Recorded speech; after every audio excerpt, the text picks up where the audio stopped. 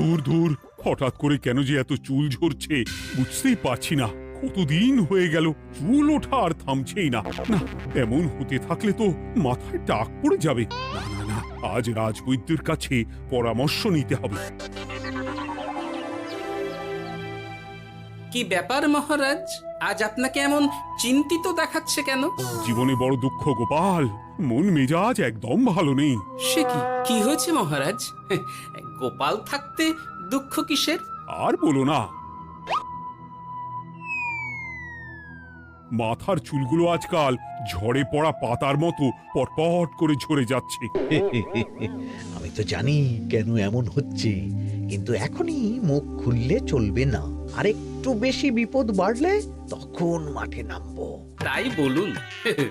এ তো খুব ছোট ব্যাপার, চুল ঝরলে টাক পড়বে, আর সেটা পড়া কত ভালো জানেন?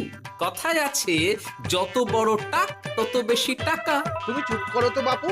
যদি টাক থাকলেই টাকা হতো, তাহলে তোমার টাকা কোথায়? যেটা বোঝো না সেটা নিয়ে কথা বলো না। তাই না তাই, মহারাজের ঝরছে চুল, চিন্তার ভাঁজ মাথায়। গোপাল যতই চেষ্টা করুক, চিড়ে ভিজবে না কথায়। তোমরা সকলে থামো তো দেখি। ও রাজবৈদ্য, তুমি এর কিছু উপায় বলো। আগে মহারাজ, অনেক সময় দেহে ওই লৌহের পরিমাণ কমে গেলে এমন চুল ঝরে। আপনি বরং পালং শাক, ওই কিশমিশ, কলা ও আরো কিছু ফল আমি বলে দিচ্ছি, সেগুলো বেশি করে খান। আচ্ছা আচ্ছা আচ্ছা, তবে তাই করে দেখি।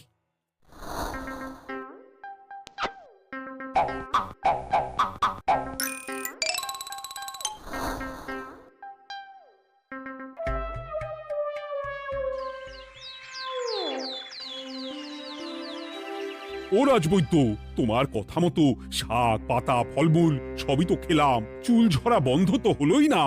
তো জানতামই এমন হবে। কিন্তু মহারাজ, এমনটা তো হওয়ার কথা নয়। কিন্তু হচ্ছে তো। আরে আমার সাধের চুল, কোথায় চলে গেলি সব? এর জন্য তুমি দায়ী, তুমি এর জন্য শাস্তি পাবে বৈদ্য। আমাকে আমাকে ক্ষমা করে দিন মহারাজ, এমনটা হবে এ তো আমি ভাবতেই পারিনি। কিছু মনে করবেন না মহারাজ, ছোট মুখে বড় কথা বলছি, কিন্তু সত্যি এখানে রাজবৈদ্যর কোনো দোষ নেই। ওকে শাস্তি দেওয়াটা ঠিক হবে না মহারাজ। দেখেছেন মহারাজ, গোপালের সাহসটা দেখেছেন? আপনার মুখের উপর কথা বলছে। তা বলি, তুমি যখন এতই বোঝো, তাহলে নিজেই একটা আস্ত লোহা খেয়ে দেখো না, তোমার মাথায় চুল গজাচ্ছে কিনা। ঠিকই আছে, এসব মূর্খের মতো কথা কেবল আপনার থেকেই আশা করা যায় মন্ত্রী মশাই। মহারাজ, আপনি বিচক্ষণ মানুষ, আমার শুধু অনুরোধ, আরেকবার ভেবে দেখবেন। ঠিক আছে, রাজবৈদ্যকে আমি শাস্তি দেব না, কিন্তু সকলের জন্য আমার একটা ঘোষণা আছে। কি ঘোষণা? আমার এই কঠিন সমস্যা যে দূর করে দিতে পারবে, তাকে আমি বিশেষ পুরস্কারে ভূষিত করব। এই তো পেয়েছি, এই সুযোগ কোনোভাবেই হাতছাড়া করা চলবে না। এবারের সমস্যাটা সত্যি বেশ কঠিন। কি করলে যে মহারাজের চুল পড়া বন্ধ হবে সেই উপায় মাথাতেই আসছে না। হঠাৎ করে কেন যে এমন হলো কে জানে।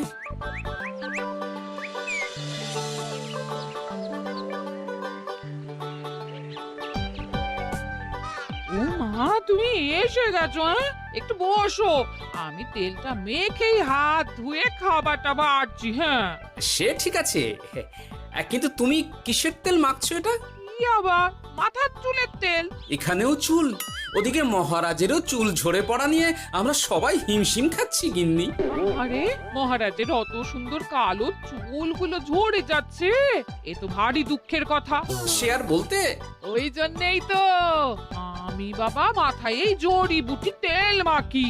এতে চুলের গোড়া শক্ত করে, চুলকে ভালো রাখে, নতুন চুল গজায় সব। হ্যাঁ। কি কি বললে? নতুন চুলও গজায়? সত্যি? হ্যাঁ। বাহ, তাহলে আর চিন্তা কি? আমাকে এই তেলটা একটু দিতে পারবে গিন্নি?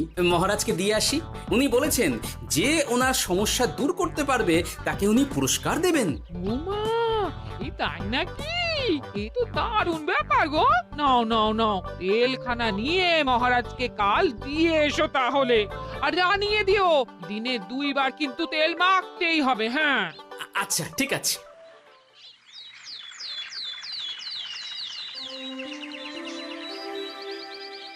কোনো উপায় খুঁজে পেলে তোমরা? আগে মহারাজ, আমি আপনার জন্য নকল চুল বানিয়ে এনেছি। যতদিন আপনার চুল পড়া বন্ধ না হচ্ছে ততদিন আপনি এটা পরে ব্যবহার করতে পারেন। সে তো বুঝলাম, কিন্তু নকল চুল তো আর আসল চুলে জায়গা নিতে পারবে না বিজ্ঞানী। আসল চুলের কথা ভেবে আমি আপনার জন্য কেশুত্তে পাতা এনেছি মহারাজ। আচ্ছা বেশ। তা গোপাল, খুব তো আগের দিন বকবক করছিলে, তুমি কি এনেছো শুনি? সেটা যথাসময়ে দেখতে পেয়ে যাবেন মন্ত্রী মশাই। এটা জড়িবুটি তেল মহারাজ। আমি এটা আপনার জন্য এনেছি। এতে নতুন চুল গজায় আর চুলের স্বাস্থ্যও ভালো হয়। আমার গিন্নিও ব্যবহার করে এটি, তবে দিনে 2 বার করে মাখতে হবে, তাহলেই ভালো ফল পাবেন মহারাজ। বাবা, তাহলে তুমি কেন মাখো না? আচ্ছা, আপনার সমস্যাটা ঠিক কোথায় বলুন তো মন্ত্রী মশাই? মহারাজের জন্য কিছু আনলেও কথা শোনান, না আনলেও কথা শোনান। সত্যি তো মন্ত্রী, কেন তুমি সব সময় গোপালের পিছনে পড়ে থাকো বলো তো? এরা তো তাও সবাই কিছু না কিছু আমার কথা চিন্তা করে এনেছে, তুমি তো সেটাও করনি। না আসলে মহারাজ, আমিও ভাবছিলাম আপনার কথা, কিন্তু থাক, বুঝেছি। আহ, দারুণ। তেলের গন্ধটাও খুব সুন্দর। গোপাল, তোমায় অনেক ধন্যবাদ। আশা করছি ব্যবহার করলে খুব ভালো ফল দেবে। একদম দেবেই মহারাজ। দূর বাবা, ভেবেছিলাম এক, হলো আর এক। কোথা দিয়ে যে গোপালটা মাঝখান দিয়ে এসে নাক গলিয়ে ঢুকে পড়ে, খুব শক্ত পুরস্কার নেওয়ার। দেখাচ্ছি মজা।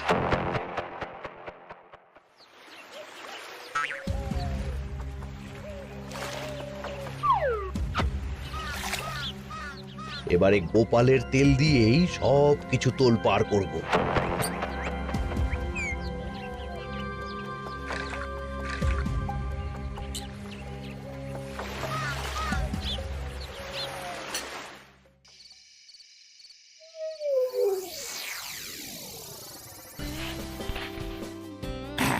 ব্যাস, হয়ে গেল 2 বার মাখা।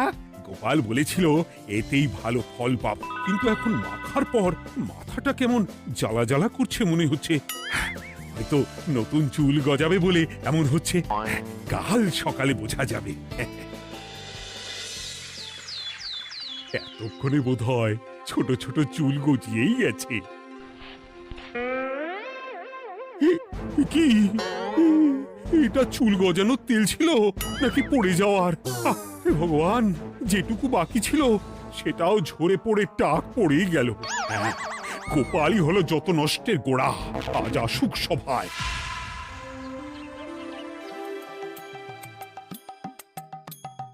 এই যে এখন এলেন উনি। ও কি মহারাজ, আপনি এমন কাপড় মাথায় জড়িয়ে বসে আছেন কেন? তুমি আর এমন প্রশ্ন জিজ্ঞাসা করো না গোপাল, তোমার দয়াতেই মহারাজের এমন অবস্থা। মানেটা আমি তোমায় দেখাচ্ছি, দাঁড়াও। এই যে গোপালের দেওয়া তেল মেখেই আমার এমন হয়েছে, আর তার জন্য আমি তোমাকে কোনোদিনও ক্ষমা করব না গোপাল। বিশ্বাস করুন মহারাজ, আমার গিন্নিও মাখে এই তেল, কিন্তু এমন কিছু তো এখনো পর্যন্ত ঘটেনি। আমি আর কিচ্ছু শুনতে চাই না। আমার মাথা ভর্তি চুল আমি ফেরত চাই। যতদিন না আমার মাথার সব চুল ফিরে আসছে ততদিন আমি তোমার মুখও দেখতে চাই না। মহারাজ, আপনার কোনো চিন্তা নেই, আমি তো আছি। এবার এই সমস্যার একটা সমাধান আমি করেই ছাড়বো। কি ব্যাপার, মন্ত্রী মশাই এত লাফাচ্ছে কেন? এসবের পেছনে আবার ওনার হাত নেই তো? না, ব্যাপারটা পরে দেখতে হচ্ছে।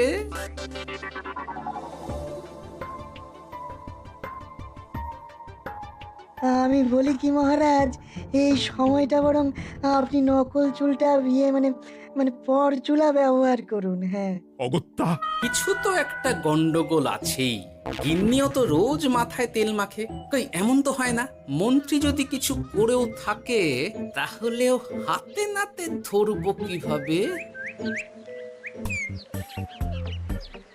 ও কি গো গোপাল দাদু, এখন এই সময় তুমি রাজসভা ছেড়ে এখানে? তোদের দাদু আর রাজসভায় যাবে না রে? কি বলছো গো? কেন? আর কেন, বিনা দোষে এমন শাস্তি। তোমায় শাস্তি দিয়েছে, তুমি শুধু বলো কে তোমার সাথে কি করেছে, বাকিটা আমরা বুঝে নিচ্ছি। আচ্ছা বলছি, কৃষ্ণনগরের মন্ত্রী মশাইয়ের বাড়িটা কোন দিকে একটু বলতে পারবেন? কৃষ্ণনগরে নতুন নাকি? আগে তো আপনাকে কখনো দেখেছি বলে মনে পড়ছে না। হ্যাঁ, আমি এখানে থাকি না, আমি এখানে আমার কাজে এসেছি, তাই মন্ত্রী মশাইয়ের বাড়ির ঠিকানাটা যদি একটু বলে দেন। নিশ্চয়ই, এ পথ দিয়ে সোজা চলে যান, তারপর কিছুটা ডান দিকে গেলেই পেয়ে যাবেন। আচ্ছা, অনেক ধন্যবাদ। ভিন গাঁয়ের লোক মন্ত্রী মশাইয়ের বাড়িতে? ব্যাপারটা বেশ সন্দেহজনক লাগছে। এই এই গুলটে ন্যাপলা, তোরা তোরা দুজন একটু আড়াল থেকে দেখতো লোকটা মন্ত্রী মশাইয়ের বাড়িতে ঠিক কি জন্য এসেছে, তারপর আমায় খবর দিস। ঠিক আছে গোপাল দাদু। তোমার আবার এখানে আসার কি দরকার ছিল? আমি তো বলেছি যে আমি ঠিক গিয়ে তোমার পাওনা গন্ডা মিটিয়ে দেবো। মিটিয়ে দেবে? কতদিন হয়ে গেছে জানেন? দেখো, হয় আমার কীটনাশক আর সার সব ফিরিয়ে দিন, নয়তো আমার জিনিসের দাম মিটিয়ে দিন। কীটনাশক, সার আর কি করে ফেরত দেবো বলো? ও তো সব পুকুরের জলে মিশে গেছে। ও সব আমি জানি না, আমার পাওনা গন্ডা মিটিয়ে দিন, ব্যাস। চল চল, এখনই তাহলে গোপাল দাদুকে গিয়ে সব জানাই। চল চল। দাদু, ও গোপাল দাদু। তোরা এসে গেছিস? আয় আয় আয় আয় আয়। মন্ত্রী মশাইয়ের মুখ থেকে অনেক খবর পেলাম। তাই নাকি? কি শুনি? মন্ত্রী মশাই ওই লোকটার কাছ থেকে অনেক কীটনাশক সার নিয়েছে, কিন্তু এখনো জিনিসের দাম মেটায়নি। হ্যাঁ, ওই জন্যই তো মন্ত্রী মশাইয়ের উপর লোকটা খুব লেগেছিল, হুমকিও দিয়েছে 1 সপ্তাহের মধ্যে জিনিসের দাম সব মিটিয়ে দিতে হবে। তাই নাকি? কিন্তু কীটনাশক সার নিয়ে মন্ত্রী মশাই কি করবে? সেটা তো বলতে পারবো না দাদু। তবে হ্যাঁ, মন্ত্রী মশাই ওই লোকটাকে বলছিল যে ওই সব কীটনাশক সার পুকুরের জলে মিশে গেছে। কি বললি? পুকুরের জলে? আচ্ছা, এবার দুয়ে দুয়ে 4 করা গেল। অনেক ধন্যবাদ রে তোদের। বল বল, তোরা কি খাবি? কিচ্ছু লাগবে না গোপাল দাদু, তবে ভোলা বয়ের আর মিষ্টি খাওয়ালে।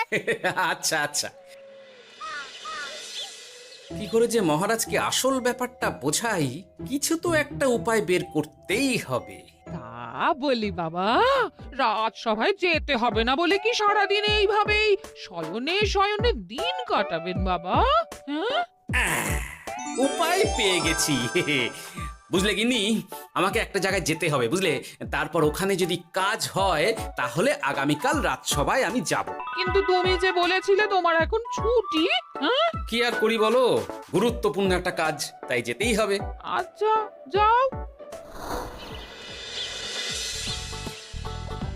ওই গো বিজ্ঞানী। আরে গোপাল যে, বলো। এই এই যে বিজ্ঞানী, একটা বিশেষ দরকারে তোমার কাছে এলাম, বুঝলে? হ্যাঁ, বলোই না। আচ্ছা, এই দূষিত জলকে কিভাবে আবার পরিশুদ্ধ করে বলতে পারবে? কেন পারবো না? জলের মধ্যে একটু চুন আর ফটকিরি দিয়ে দিলেই জল আবার দূষণমুক্ত হয়ে যাবে। তবে ওগুলো দেওয়ার পর কিছুদিন সেই জলকে ব্যবহার করা বন্ধ রাখতে হয়। হ্যাঁ। আচ্ছা আচ্ছা, অনেক ধন্যবাদ, আসি তাহলে। হ্যাঁ,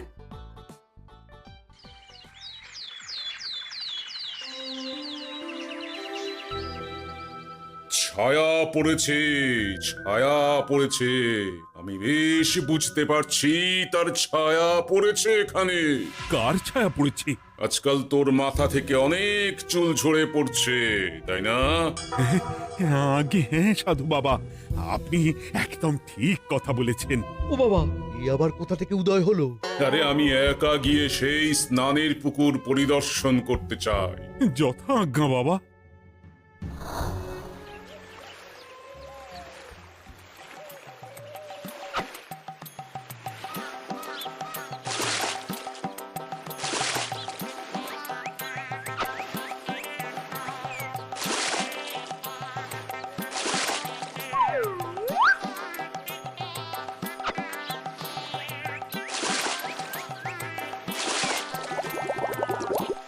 যাক বাবা, মোটামুটি সপ্তাহখানেক এভাবে থাকলেই পুকুরের জল আবার আগের মতো পরিষ্কার হয়ে যাবে। এবার শুধু মহারাজকে একটু বুঝিয়ে বললেই হয়ে যাবে।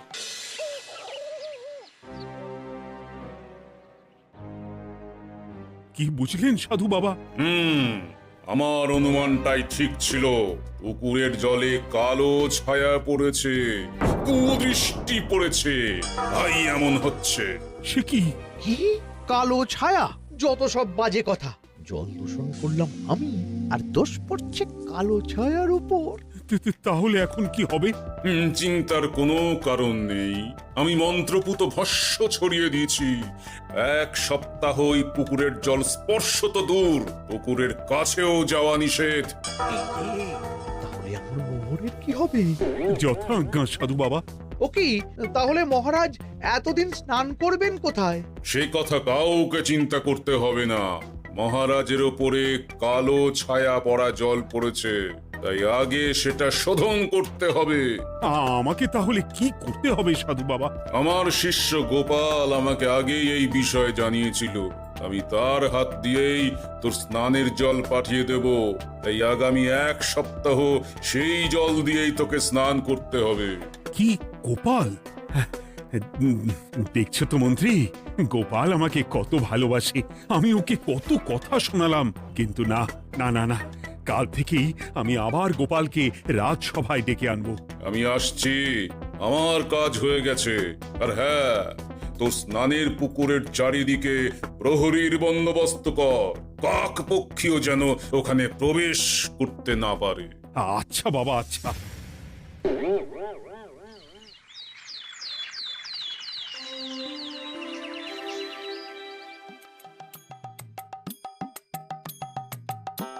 গোপাল, তোমাকে আবার এখানে দেখতে পেয়ে আমার খুব ভালো লাগছে। তোমার গুরুদেব গতকাল এসেছিলেন, কিছু মনে করো না। না বুঝেই তোমাকে অনেক কথা শুনিয়েছি। না মহারাজ, আমি জানি আপনি আমাকে খুব ভালোবাসেন, তাই আমি কিছু মনে করিনি মহারাজ। এই নিন, আমি আপনার স্নানের জল এনেছি। হ্যাঁ হ্যাঁ, দাও দাও দাও।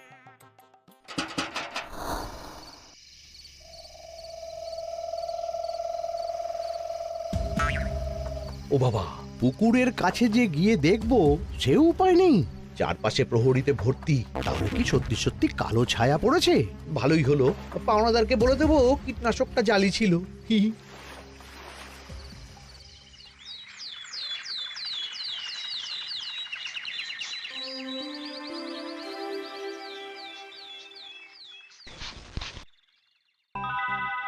এই তো আমার সেই পুরনো কালো চুলগুলো আবার ফিরে এসেছে। আহা, কি যে আনন্দ হচ্ছে দেখে। আজ 1 সপ্তাহ সম্পূর্ণ হলো। গোপালের জন্য আমার স্নানের পুকুর থেকে কালো ছায়া দূর হয়েছে। আমাকে এই সমস্যা থেকে দূর করার জন্য আমি গোপালকে 100টি মোহর উপহার দিতে চাই। ধন্যবাদ মহারাজ। দূর, আমার আর ভালো লাগে না। সব সময় গোপালই মোহর পায়, এটা তো আমার পাওয়ার কথা ছিল। এদিকে আজকে পাওনাদারও আসবে।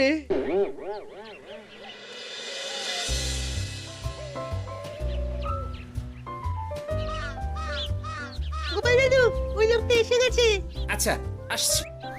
এটা তো মন্ত্রীর বাড়ির দিকে রাস্তা। আমরা তাহলে ওদিকে কেন যাচ্ছি গোপাল? আপনার পুকুরের আসল রহস্যটা কি সেটা আপনি জানবেন না মহারাজ? মানে? নিজের চোখেই দেখুন, তাহলে বুঝতে পারবেন।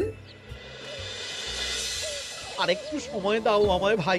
এমনিতেও তোমার কীটনাশক কোনো কাজের নয়। কি এখন এসব কথা? আর একদিনও সময় দিতে পারছি না। একটু বোঝো, একটু। সব আমি মহারাজের পুকুরের জলে মিশিয়ে দিয়েছি। মন্ত্রী, তুমি তাহলে সেই কালো ছায়া? মহারাজ, আপনার পর্দা ফাঁস হয়ে গেছে মন্ত্রী মশাই। তুমি তাহলে সবটা জানতে? একদম প্রথম থেকে। রে, খুব জোর ফেঁসেছি। এদিকে পাওনাদার, ওদিকে মহারাজ। এইখান থেকে কেটে পড়তে হবে। গন্ডগোল করে আবার পালানো হচ্ছে কবে রে? বলো, কেন করেছিলে? মহারাজ, আমি ভেবেছিলাম আপনার সব চুল উঠে গেলে আমি আপনার কাছ থেকে চুল গজানোর ওষুধ দেওয়ার নামে অনেক টাকা লুটবো। কিন্তু সেই ভাবনা ভাবনাই থেকে গেল, সেগুড়ে যে বালি হয়ে গেল। ভাবা যায় চুলের জন্য চুলো চুলি, হ্যাঁ?